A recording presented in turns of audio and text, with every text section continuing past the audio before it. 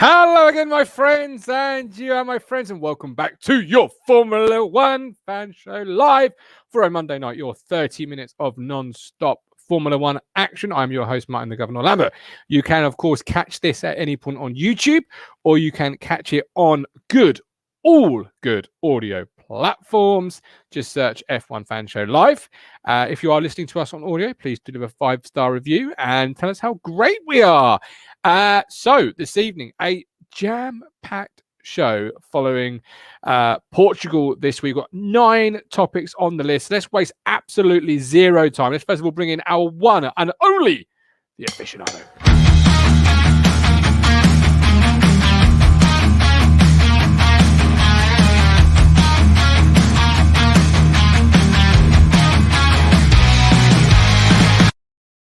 Stephen Thompson, how are you doing? I'm well, how are you? Very well, thank you. Excited for this 30 minutes of exhilarating, non-stop, twisting, turning, action. Will you be a Russell and start well on the Saturday and then fade on the Sunday, or will you do somewhat better? Obviously, he's on the list today, but it can't have been easy for you. Yes. No, it was a tough one. 11th place on the grid on Saturday. I thought, he's making up for Imola, and just went backwards. Yeah, wasn't good, was it? Anyway, we will cover that. We will cover that. You have penned, though, a wonderful article over on our website. Link is now in the chat for those that want to watch it. For those listening on audio, it will be in your description. It's a fantastic article on this weekend's action. So thank you very much for penning it. Let's bring in your cohort. We know we've got a couple of things from that article to discuss. Mm-hmm. Is writing something that, before I bring Neil in, is it something that you find easy? Is it something that you're working out? Where are you in your writing journey? I think it was tricky at first. I had to sort of get a format and, sort of what to say sort of thing. But because it's something I'm passionate about, obviously Formula One is, as much as I love football and Ipswich Town, Formula One has always been, and probably will always be, my main passion and my main sport. So writing about something that I love like that I find it easier, to be honest. Yeah, it's good fun. Once I start typing, it then starts to flow. So. Well, there you go. So get your eyes around that on the website. It's really a good read. I always look forward to them coming through. When you say to me, Martin, inbox review, I'm like, yes, I can finally make sense of the weekend I've just seen. Let's get in your co-host, Mr. Positivity. Wake up to the wow. Wake up to the money, turn me right on. You look like you got dressed with no lights on. I'm Superman that spin like a cyclone. Fit check, spin like a cyclone. Wake up to the money, turn me right on. Yeah, but we're crap. We're not going to dominate any team. Hey, there he is. The one, the only, Mr. Neil Moles. Not too bad. Good. It might be a bank holiday Monday, Stephen, but as you can see, that's not his home. No, you can't stop him, can you? You can't keep him from working. No. So where are we in? I think you're in Peterborough. I'm not. Oh, controversial. I'm going to go somewhere completely different. I'm going to say Cambridge. Oh, Croydon. No, but you're closer. Oh, who is? You are by saying Croydon. Chorley. No. Where are you? High Wycombe. Hi, Wickham. Hey, Connor. Connor. Oh God, don't do that. Don't do that. Okay, so we've got Ollie Leach. Hello, gents. Good afternoon, Ollie. Harry Butcher. He's waiting for the football, but he's here for the F1 as well. That's what we love to hear. You're like me, Harry. You're just starting out on your F1 journey. Are you right there, Neil? Is that somebody trying to get into their hotel room? So you got the wrong room, Ollie Leach. I think it's me. Is it? It is. I think it's me. Somebody's trying to get on out there. Bloody hell. Someone's trying to get to Steve's house. Ollie House, Norwich is looking sharp this season. He certainly is. Good evening, Ryan. Good evening, Xavier. Welcome in, guys. If you've got something to say about F1 this weekend, get it in the chat or come on the show and have your say. You are more than welcome to. So let's kick things off. We found out where Neil is in the world. Hi, Wickham. First time he's there. Let's get our second regular Monday slot out of the way. Bemoaning Bottas. Steve, it was all going so well for him. Talk to us about Valtteri Bottas this weekend, please. Well, this is the second weekend in a row where I thought maybe I wouldn't have to do it this weekend because he obviously got pole position in quali. He started the weekend really well. He started the race really well. He led away from the front. His starts are always a little bit hit and miss, and I thought Hamilton's going to get a good run at him, possibly Verstappen. No, he held the lead, and then he just seemed to lose pace and just drop backwards as the race went on, and he ended up fighting with Max because he just rolled over for Lewis. He could have made it a bit harder. I mean, he moved to the inside when Lewis came past him, but he moved so far over, Lewis just swept straight past him. He didn't make it tricky at all. So it's just rolled over again, and it's Bottas back to being Bottas. So Steve, how did you see it? That is Steve. I just said. That is how we. Neil, sorry. I was yeah. looking at Neil and thinking of Steve. That happens quite often. No, you know. Because we're both handsome and we look like brothers. Yeah. We do You know look very what? similar. That's exactly what it is. That's exactly what it is. Neil, how did you see it? Bottas is terrible, isn't he? Come on, you got to give me more than that. We can't just finish the statement on Bottas is terrible. Well, started on pole. The next move would be to win the race, but no.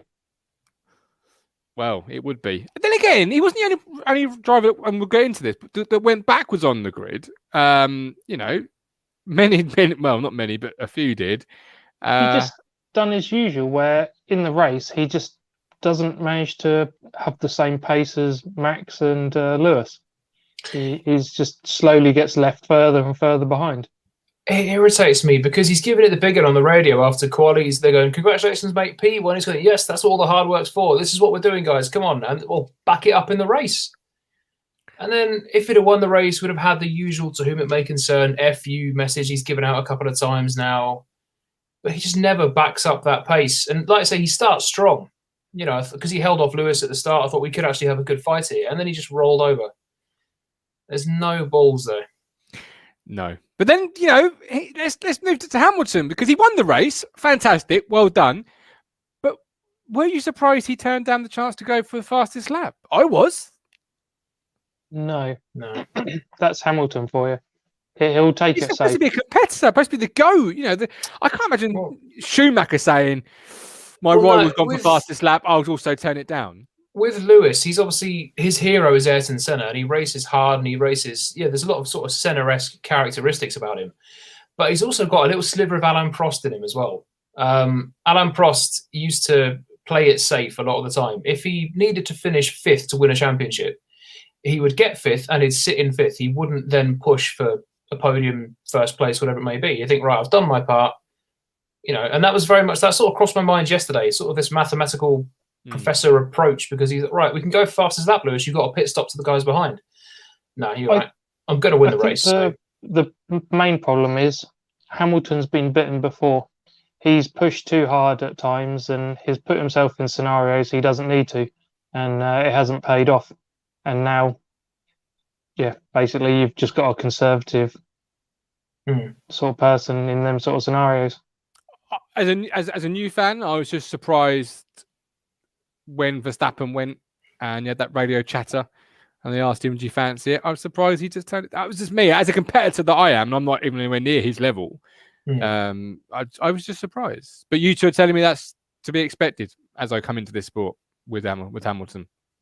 It is now. The old Hamilton would have been more like Max, where, let me at it.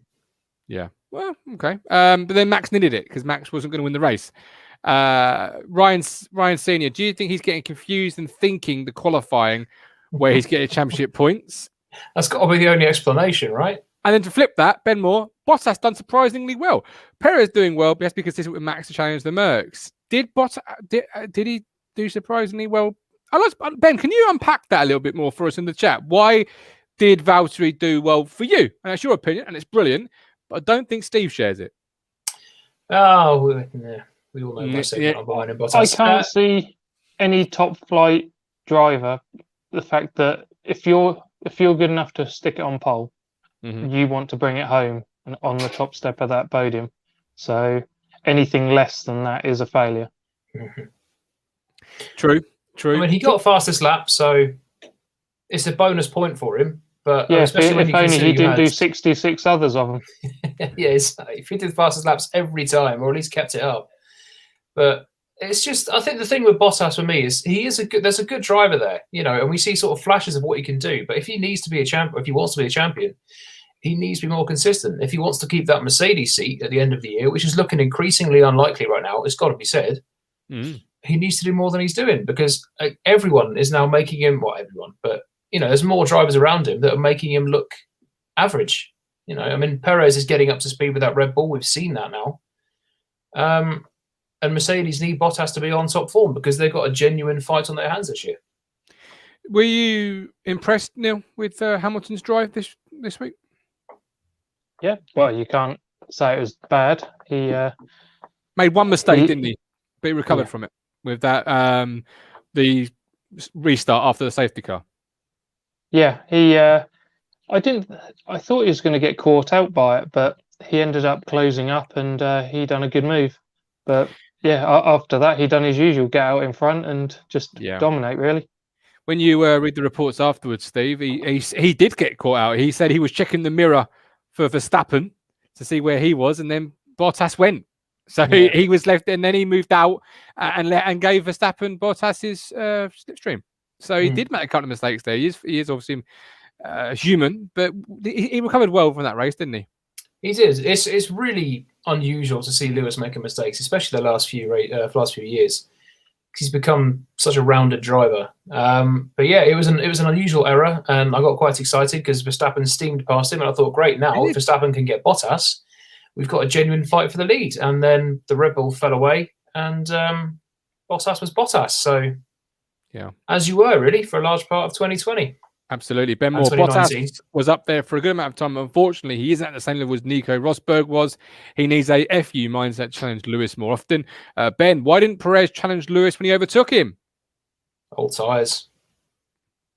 Yeah. They kept him out for, 50-odd laps, if not more, on old mediums. The slipstream down the back or down the pit lane straight was just far, far too strong. And by that point, as you said, he had been on the tyres for so long. Plus, they were the mediums, weren't they? And that was not the tyre to be on that weekend.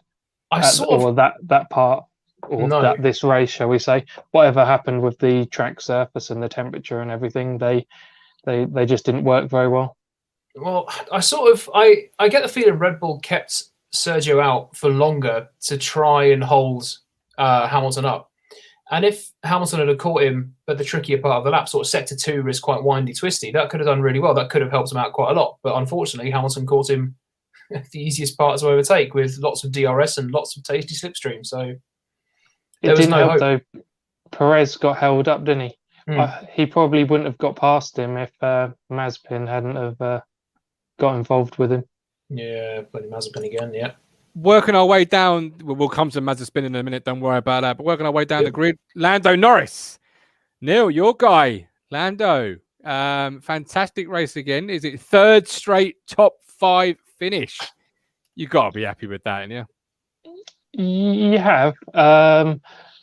My problem is I like, trying to sneak into these third places, but it's a little bit of a reality thing check with the fact that if both Mercedes and Red Bulls are on it, then we've just got to mop up the scraps, and that's not getting on the podium. Is that right, Steve? Do you agree with that? Yeah, because the McLaren is the third quickest car on the grid. That's obvious, especially with Lando. He is doing so well. I mean, I like Lando since he first came into Formula One, and now he's really settled into himself, and he's showing what he's made of. I think I said in my article, he's got all the makings of a star of the future.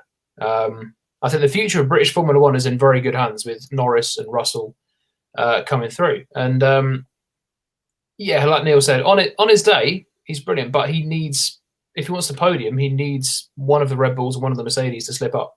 Yeah, it's probably going to be Bottas. It's probably going to be Perez if he had to bet on either of the two. So he's going to be battling for 5th at best most races. Is there a positive? Go on. Mine. At the start of the race, he pulled off some good moves. He went round the outside, didn't he? And it was brilliant. It was really good. It's an extraordinary start for him. Is there any scenario where he can go and be the number 2 to Hamilton and then Russell can take his seat? Any scenario at all? I'd rather not see my boy leave Williams, one of their old rivals. But no, to be fair, I was then looking at Ben's comment there. It's an interesting take on it because Norris says, if you look at Norris and Russell, sort of their careers to date, because they started at the same time, you'd say Norris would be the one to get promoted to the big Mercs first. I mean, Russell did very well in the Mercedes last year, but he's had opportunities in the past, and obviously, last time in Imola, and yesterday. I'd love to see Norris in that car. I'd love to see what Norris could do because he's maxing his current car out. It would be amazing to see him in that car. Would be awesome because he would be right up there challenging for the lead of the race. I have no doubt about that, and I think he would give people like Ver Stappen a run for their money. Because he give him the right car, he'll do good things. It's the same as Russell, but maybe Norris is there sooner. Any I'm in the situation where I wish McLaren still had Sainz because Sainz was keeping Norris honest, and they would be getting more points now than they are because Ricciardo's just not up to speed. But why is that? What's going on with Ricciardo, Neil? He's just not comfortable with the car yet, is he? That's pretty much all you can say. He said it as well, didn't he? Yeah, the team congratulated him on a good drive after the race, and I suppose from where he started, well done, you did okay. But for me, he should be more where Norris is in the first place. See, as a new fan, break that down for me, guys. Not comfortable with the car. What does that actually mean? Basically, if you take someone like Ricciardo, I mean, we were a slow starter. We saw it when he went to Renault from Red Bull. Every car has got its own characteristics, and he's got used the past couple of years of being in this Renault with the Renault engine characteristics and the handling. And he stepped into a car which is not just an incredibly different chassis, but it's obviously a very different engine as well. And even that's got its own feel. And there's different grip levels, there's different power, the whole car is going to feel like an entirely different beast. And he was saying it's about muscle memory. You get into a car and you just sit in the car and it becomes like a part of you. And you're so used to it, but you've stepped into something completely different and you're not used to it. It's not used to you. You're not used to how this car handles. If you've got a certain driving style, that car might not be set up for it. So it's going to take some time. Okay. All right. Talking of which, Kimi, a guy that should know and does know better, didn't start well. Well, it just ended. Talk to me about Kimi, because I've got on my list here, and this is from you, I believe, Neil. This is the title you commit, not me. Is Kimi showing he has passed it now? What do you mean by that? Well, it was a bit of a schoolboy error. I don't know. I haven't heard him talking after the race. He took his eyes off. That's what he said. Because you think the same car is in front of him, but he was sort of not really in the slipstream as such. So you wouldn't imagine he would close up that fast. but he did, and he got caught out. But it's a schoolboy error, and it's not one that he should be making. And he's not really pushing that team on anymore. He's looking fairly equal to Giovinazzi, and I don't consider him a great driver. The thing is, though, he made a couple of good moves, Steve. And then, in his own words, looked down at the steering wheel to change a few switches, and then that was it. The rest is history. Yeah, it's not a mistake you expect to see a 40-something-year-old former world champion doing. That's a rookie mistake, like Neil said. And he's not the racer he was, like Ben said. And like Neil said, he's not helping the team anymore. It's true, because when he came there a couple of years ago, it was still a relatively new team, because they're just taken over from Sauber. And it was a bit of it was a good idea to have someone like Giovinazzi who's young and who can learn, and then Kimi, who has got all this knowledge and experience. Now, I think he's basically given them all of his knowledge and experience. They're at a bit of a crossroads, really. I mean, they'll probably benefit from having another young... In an ideal world, I'd have Giovinazzi with Mick Schumacher alongside him, because Giovinazzi is now a more senior driver, still a young guy. So there's more of a future than those two than there is in Kimi and Antonio. Ben Moore, could you see Mick moving on? You just answered that before you even asked it. Great work, Steve. I hope so. How long's the contract for Kimi? This year. I think it ends this year. Do you see it? Ilott had, was it one of the tests? Actually, he did, didn't he? Yeah, he drove an FP1. So I wonder if they're trying to manoeuvre a position for him, but I think he's pretty much worded that he'll be doing, say, GT or something like that, in which has been mentioned that is not possibly the greatest move for him. If he's, talking of outside of Formula One already, he's pretty much given up on the idea. Yeah. Ryan Senior, question: do you think this is actually how good Vettel is? Was he highly helped by how dominant that Red Bull car was when he was there, or has he just lost his X factor? Who wants to pick that one up, Steve? Yeah, I don't know, because I do like Vettel. I didn't like him in his Red Bull days. I think it was partly because of the dominance, though.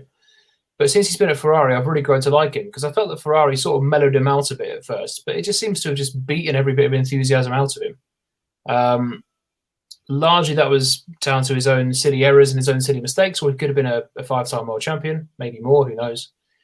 That Red Bull was insanely dominant, especially the sort of 2011-12 sort of time. 13, I think, as well. But there are issues with that car, though, isn't there? It was mentioned that the Red Bull had a really strong rear end on it, and you could sling it pretty much anywhere you wanted. Plus, they had the blown diffuser, so you would accelerate round the corners, which you just don't do anymore. So how he was comfortable in that car and every other car he's had to drive since, they're just not as good. And as you said, Ferrari have sort of worn him down, and he's just lost. One, the car isn't what he wants it to be, he's not comfortable with it, and two, he's just lost that bit of drive that he used to have. And together they're just showing what he's doing at the moment, really. It's so sad to see, because in his Red Bull days he was an enthusiastic, quite a cheeky young guy. He always had a good sense of humour, and he was always laughing and joking. And over his time at Ferrari, he's just sort of been wound down and ground down through it, and he just looks a shadow of his former self now. And I don't want him to go, because I am a fan of Vettel, but I don't know if he's contracted for next year or not. I think he might stick around to see how the new cars are, but he won't win a world championship again. That's obvious. I almost feel like he will walk away. I can't. I'd love to see him improve, as yourself is saying, but I don't know. He might get closer to Stroll, but that's not really what they want from him. They want him to be leading Stroll. He's the kind of guy you want leading a team. Yeah, Stroll passed him by yesterday, didn't he? Yeah, made him look very average. Left him in the dust. Stroll has made him look very average so far this season. And that's not something you would have thought when we did our pre-season. No. There's another comment actually there from Ben as well. He's saying Vettel not being the racer he once was. Couple up. There you go. seeing Alonso moving up the grid. It's too late for him. I think he'll finish at Alpine, No. a couple of years at Alpine, and then he'll call it a day. I think he wants, from what I can understand, he wanted to come back for 2021 when the new cars were going to come in. But obviously that got pushed back because of COVID. So he's got to have this year to sort of get himself up to speed again before the new cars next year. See how the new cars do, probably similar to Lewis, similar to Sebastian, and then maybe call it a day from there. But he won't move teams now. Right, so his personality through his career is like Mourinho as a manager, how their personality changes over their career. A driver at the start of his career. Go on, Neil, before we move on. With that Alonso bit and with his attitude and personality and things, Alonso's basically found himself in a scenario where Alpine is one of the only teams that will have him back. Yeah, he's burnt so many bridges and pissed off so many teams. Plus, he's showing that Ocon's the better man at this moment in time.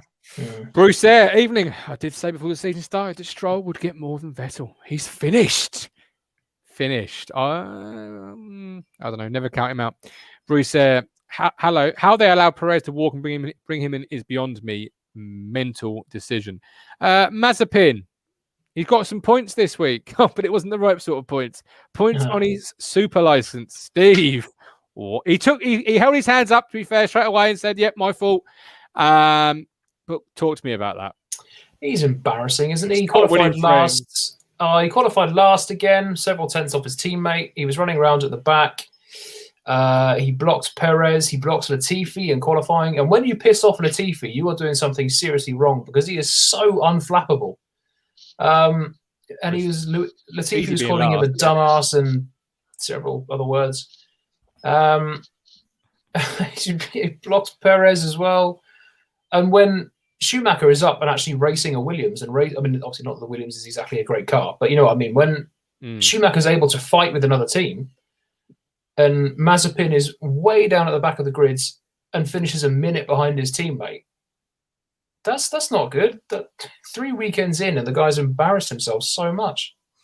Bruce is dropping the wood tonight. Mazepin shouldn't be in the sport. Simple, Neil. Oh, for sure. Yeah, I think Lance Stroll is treated as, you know, his dad owns the team, so that's the only reason he's got the drive. And this is pretty much why Mazepin's in the sport. But Stroll is way better than Mazepin. Mazepin's just, he's pretty much embarrassed himself since he's been in it. Ben Moore, Mazepin will not be here next year. Fat. He's Luke Chambers round peg in a square hole.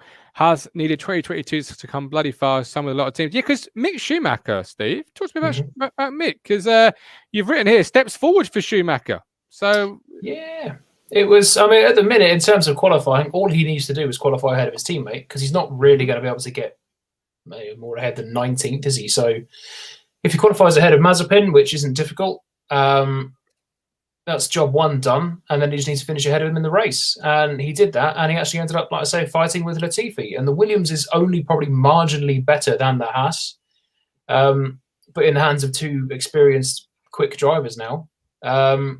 Schumacher, having a really good tussle with Latifi, and there was some great racing from him. So I think he's making those steps forward. I know he's not just in Formula One for his name. Yeah, you know, he's doing well. What I like about him now is he's got a bit about him because he said he should have taken Latifi earlier. Probably should have done. I'll let you tell me if that's true or not. But he then rounds off a statement on the friend website by saying, "I could have caught George, you know."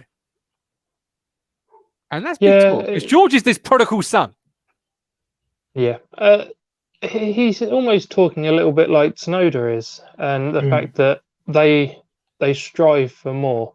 They won't settle for being rookies. They've come in and they want to hit the ground running, and this is where they should be. And they're just trying to basically say all the right things when they should be, and it's good to see. And was problems with the Williams car. Russell had a fantastic qualifying. Steve, talk to me about the race because you must have been seriously thinking this is going to be a weekend of points. It's got to be. Sometimes being a Williams fan, it's not good for the old, not good for the heart, you know. 11th place on the grid. His best qualifying position in a Williams. Williams' best start since 2018.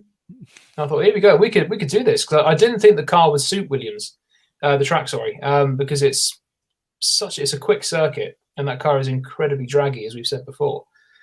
And he held the position. The first few laps, he held the position, and then he just dropped like a stone. And he ended up getting passed by Latifi at one point, which I think is probably the first time that's ever happened. He got him back. He got him back, and obviously left Latifi to fight off Schumacher. But this was probably the worst weekend of the season for Williams. And Latifi finished for the first time this year, which was good. And it's a reliable car they've got. But it just said it was undrivable. Yeah, George was saying it was undrivable when they were racing people. So all of that dirty air was really unsettling the car. Yeah. That coupled with the fact that it is so draggy, it's painful to watch. I could just see him just dropping down and down. There go points. Yeah. Neil, well, what did you make of Russell's drive? What can you say? Nothing really worked, did it? That car and that track just, they're not well suited, and I can only imagine that they've gone for the highest possible performance as far as aerodynamics go, and it's just too peaky. They need something more consistent, because as soon as they get in a certain scenario that isn't perfect, then it just doesn't work, does it? Do you see points? I'm not going to ask Dave, but do you see points in the Williams' future this year, or do you think this car maybe is just not going to? It's going to prove problematic at all the wrong times. It's in a different sort of scenario, or different end of the spectrum to like McLaren, where completely different ends of the grid, but it's the same sort of scenario. For things to happen, people need to drop out or not be where they should be. And that's when the points are picked up. And you just need to find yourself in the right place and be putting in some good laps. And Russell just needs to be in and around the 10th place, really, doesn't he? That's where he needs to be, and just see what happens. You need that little bit of luck, though, don't you, Steve? Because some weekends you qualify poorly and then the car runs really well. Just with luck have it, you have a really good qualifying, and then the car plays itself up. The one weekend when really you have got a really good shot. Yeah, you need all the ingredients to be there, don't you, at the same time. Great qualifying. The car was awful. I can see points for Williams this year. I think it is going to be a mixture of good driving. And, no, seriously. I mean, the car has got pace. We saw that in Imola. It needs to be on the sort of circuit that suits it, which this one clearly wasn't. Hopefully Spain, because that might suit it a little bit better. It's got sort of medium speed corners, a bit similar to Imola. But yeah, like Neil said, you need to be in the right place. If you're running in 12th and a couple of people take each other out ahead of you, I'm sure George will take that 10th place. So right place, right time, and he'll need to. That's the thing he needs to do. He needs to drive well and keep his nose clean to be in with the chance anyway. Alpine? Because they've made steps, small steps, baby steps, but they've made steps this weekend, Neil. See, I'm not convinced that they've made massive steps. I just think that this track suits them. That they're a car that works on really fast tracks, and that's what this one's all about. So it's a double points finish, though. Certainly was. I can't believe that Alonso went from being bang average and doing nothing, and then suddenly the last part of the race, he was on fire. He was lapping the same pace as the leaders, wasn't he? He was having a great race. The Fernando of old is still in there. You never lose it, do you? You never lose it. It's always in there somewhere. But he said he was angry after qualifying, and he took that into the race. I can quite believe that. Yeah. Me too. I'm just wondering if I took him out of my fantasy team or not. But before we move on to that, Steve, how did you rate Alpine this weekend? Surprising. I think they were the surprise package of the weekend for me. Obviously suited their car, that track. We'll see whether it comes to Spain. They sort of had the opposite thing to Williams, really. You were expecting better things and Williams faded, but you're expecting maybe an average thing for an Alpine, but they exceeded. So, yeah, the Ocon of old is sort of gone, and I think he's much more rounded and much more consistent now. But the old Fernando is still in there somewhere, and it's just waiting to be unveiled. But Ocon is really starting to give Fernando a run for his money now. Really I is. took him out. I took him out. ITFC Tweedy. Alonso had a much better race this weekend, although I think it's over for him. Let's go on to Alonso Ocon, finally showing his pace. Neil. Yeah, as Ocon, the last couple of weekends is really pretty much has shown Alonso up, and that's not what we expected at all. Because Ocon's not really a driver I rate that highly. He can be quick at times, but on the whole, I consider him quite an average driver. But no, is he now starting to show the pace that Mercedes once saw in him? But is it too late? It is Alpine pretty much the only seat he's got. Steve, what do you make of that? It's a tricky one with him, isn't it? Because he was tipped for these highly rated things at Mercedes and tipped for big things with that team when Bottas or Lewis went. And he's just dropped off their radar to be replaced by George. I think Mercedes has gone for him now. I think his best chance is at the minute, the immediate future is Alpine. And if Alpine can deliver a good car next year, because who knows what's going to happen, next year with the pecking order, you can see teams that are way down there start to creep up. But he's been a solid driver so far this year, and I think he's showing that pace that, like you say, Mercedes obviously once noticed. He's not lost it. No. Before we go on to our fantasy, one more topic: Carlos Sainz, Ferrari in general. Leclerc, Sainz. Talk to me about their weekend. Leclerc was the man who started further down, but he finished strong, didn't he? Whereas Sainz got into his second stint of tyres. He got into a graining phase that never really ended. He thought he would be able to drive through it because it's a scenario you find yourself in sometimes. And you just need to keep driving and you'll get through it, and the grip will come back to you. But it never did, and he just dropped further and further back. And that's what I was saying with Perez. The yellow marked medium tyre was not the tyre for that race. You needed to avoid them. True. Right. Steve, did you take him out of your fantasy team? I never had him in. No, I didn't. I never had Sainz in there. I had Leclerc. Fucking disaster. I had Leclerc. I kept Leclerc. Disaster. I removed Alonso and brought Sainz in. Yeah. We've all made rookie moves this week then, right? I haven't. I've had pretty solid moves this weekend. All right, hang on. Let's looking at the league table. I'm in 27th out of 32. Neil, you are currently sitting in 20th out of 32, and Steve, the aficionado, making moves up that table, 14th. Right, my team: Bottas, Leclerc, Norris, Tsunoda, Ricciardo, and AlphaTauri. Less said about that, the better. Steve, what about you this week with your fantasy team? Fantasy team, I had Red Bull as a constructor, Ricciardo, Perez I brought in place of Kimi. That was a good move. Norris I brought in place of Vettel. That was a good move. Leclerc as Turbo, and George Russell, who I just can't bring myself to drop. So decent. They all got me points rather than lost me points, unlike last week. We were discussing this off air, weren't we, Neil, with Russell, and we were both trying to encourage him to drop Russell, weren't we? Yeah. He just won't do it, will he? Nope. The thing is, though, to get the quality he's got in there, he needs a driver like Russell. I've almost gone the route where I haven't got any big names. I've gone for all the more runner-ups in the teams and hope that consistently scoring points will win out rather than having the heavy hitters, but it's not working so far.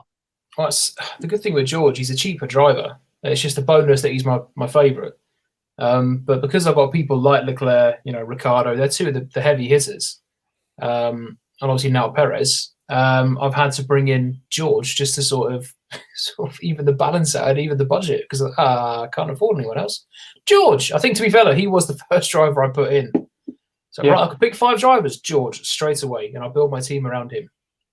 But I went Red Bull was instantly. I went straight for team, so I went Red Bull, and then I chose Perez because I thought Red Bull will look handy, should get some good points, and I can't stand Bottas, so however much is more likely to score great points. just couldn't bring myself to do it. My team says God bless Bottas. Making moves this week. What would you do this week? Spain is the racetrack this week. What are we expecting from the racetrack? And then on that basis, what would you do with your fantasy team for those watching and listening at home? It's a tricky circuit, Spain. It's one of the ones that they all love to go to for testing because it's got a mixture of everything. It's got fast corners, slow corners, straights. It rarely provides good racing, though. That's the thing with Spain. It's quite a dull circuit. To be honest, I think I'll keep my team as it is. Just because I think I've got a good mix there up and down the grid, and I have a feeling this track could come to the Williams a bit more than Portugal did. Yeah. Okay. Big up, Last Sam season, Wynn. Most points this week for me. Well done, Sam. Last season, Red Bull and Mercedes were quite close. I know Hamilton pulled away and he had the quicker car in the end.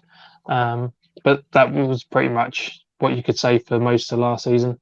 Mm-hmm. But considering it was close at times, and the fact that they're even closer this season should hopefully mean that it'll be a good race.